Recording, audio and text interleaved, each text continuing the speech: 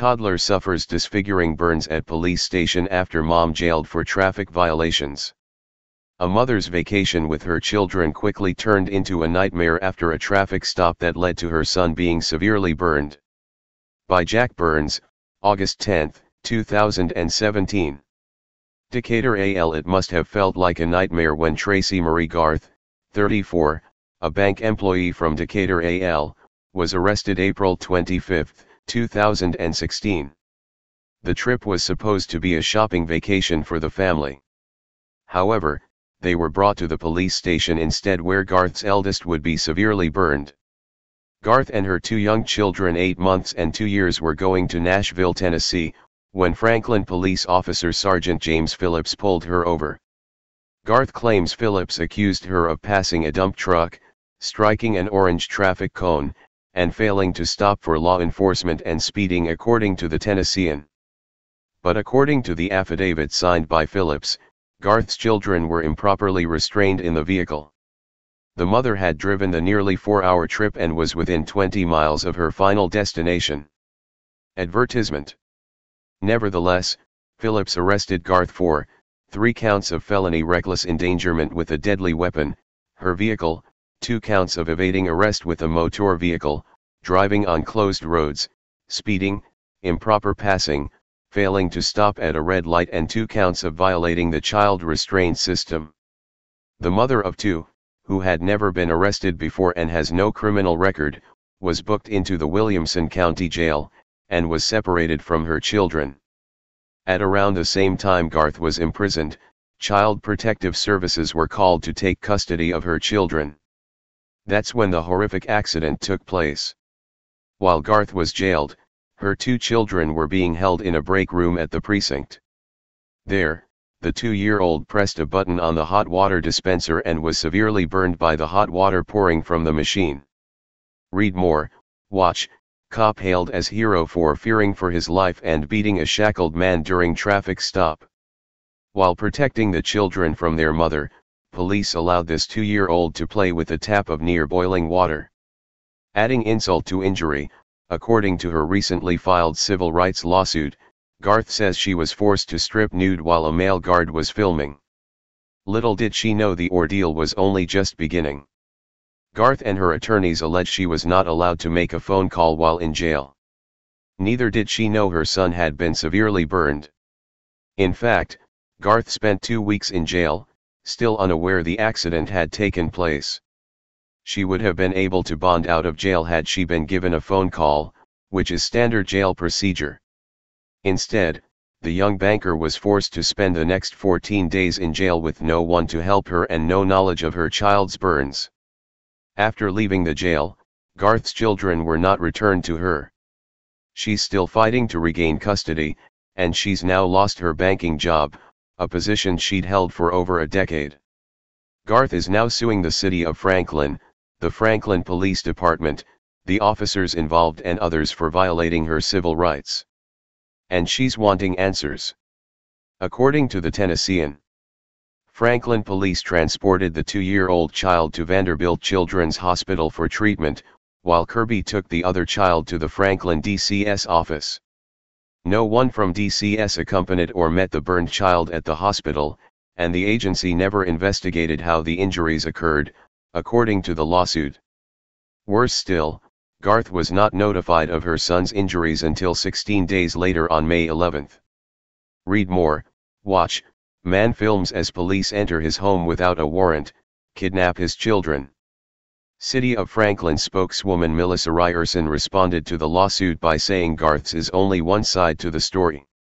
She explained what happened from the perspective of the police department. In a classic case of blaming the victim, Ryerson said.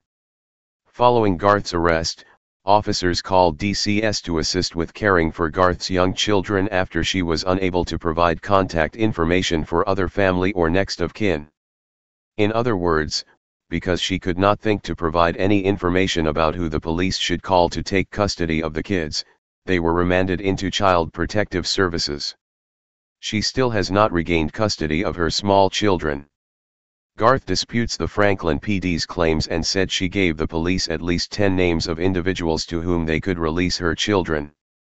The young mother is suing for $2.5 million for, in essence, kidnapping and allowing her child to be burned by hot water. She's also suing 2 Williamson County police agencies and the Tennessee Division of Children's Services in federal court. It could be months or longer before she gets her children back. Hey Charlotte County, this is Charlotte County COPWATCH, and I found that I had to make a change this ending on my videos, letting you know about the channel and fair use laws, you know, how we can report on other people's reporting and how it's good, how it's bad, etc. But you guys can look it up yourself. It is legal. It's in there. But like I've told you before, that I've been cut off from making money on YouTube for 4 years. It's really weird, bizarre, but they cut the money off, but they said you can keep the channel, and now YouTube makes all the money. And if you get bored, plug it into Social Blade website, and you'll see that they are making a huge amount off the site. Right now it's at 63 million views, 53,000 subscribers, almost 3 million views a month. You know, trying to wake people up, and I make nothing. In fact, I got a customer that's ex-congressman. He said if I could ever find a lawyer, sue YouTube on it. But because this is nuts, 4 hours a day, and to save America. You know, but at the same time, it's worth it. Look at what our founding fathers did. They died for this country. So, but getting back to the money part, this is why I'm redoing the video. Is my dream of everyone giving $1, and it's going to be $53,000 a year, or if they did Patreon, which you know, can be monthly. That is not working. That'd be great if it did. Nothing is perfect. And I appreciate the people that do donate, you know, what they can on PayPal. And there again, I'm letting you guys know that is not much. Is, you know, monthly is, oh my god. So anyways, yes, you cannot live on it. It's very, very, very low amount. But the dollar things, I do appreciate that. But when I first said everybody give $1, that's not working. I'm just letting you guys know it's, yeah, that dream. Everybody gives $1. 53,000 subscribers, it's not working. So yes, if you can give more than that, you know, I appreciate it. Like I said, you know, I'm in a unique situation where, you know what, we're already debt free, and I'm not rich, but with the little business that we have, I am able to do what I am able to do 45 hours a day, you know, letting you guys know what's going on. In 4 years, I've did the whole thing myself. 12,000 videos on there. I literally get emails where people are like, holy crap, I never knew it was this bad. And it is this bad, and it's getting worse every day because we have the internet, we have cell phones, we have cameras everywhere now, and it's just disgusting what's going on. And then, as you guys know too, we got Trump, we got Jeff Sessions doing a war on drugs, and now he wants to go after the forfeiture laws again. It's just unfreaking real. So if you can give more than that dream of everybody giving $1, yeah, that old video, that's not working. They're not, they're just not. So anyways, if you can give more than that dream is not working. Hardly anybody is giving. There you go. So that's why I'm remaking the video. If you can give more than that, that would be great. And there again, like I said, the Patreon's there. There is some people on there that are starting to give, but there again, it's very, very low. And like I said, I don't want to get rich off of that. I'm going to keep doing what I'm doing because, you know, it's still so stinking corrupt. It's not even funny. My court case that I'm going to be paying out of my pocket myself with Charlotte County's coming up. They illegally looked me up and then posted all my information on LEOAFFAIRS website. They basically doxed me, however you want to say that. I forget what the word is, and they outed me, man. And that information on that site went out to 500 sheriffs, deputies, people that work at the jail, etc., etc., etc. So, yeah, it is very, very scary, but we're going to do a federal case, 1983 case, violating freedom of speech. We have 17 cameras in the house now. We got 2 cameras in the car. I always carry a camera plus a cell phone. A lot of people are highly recommending I get a vest now.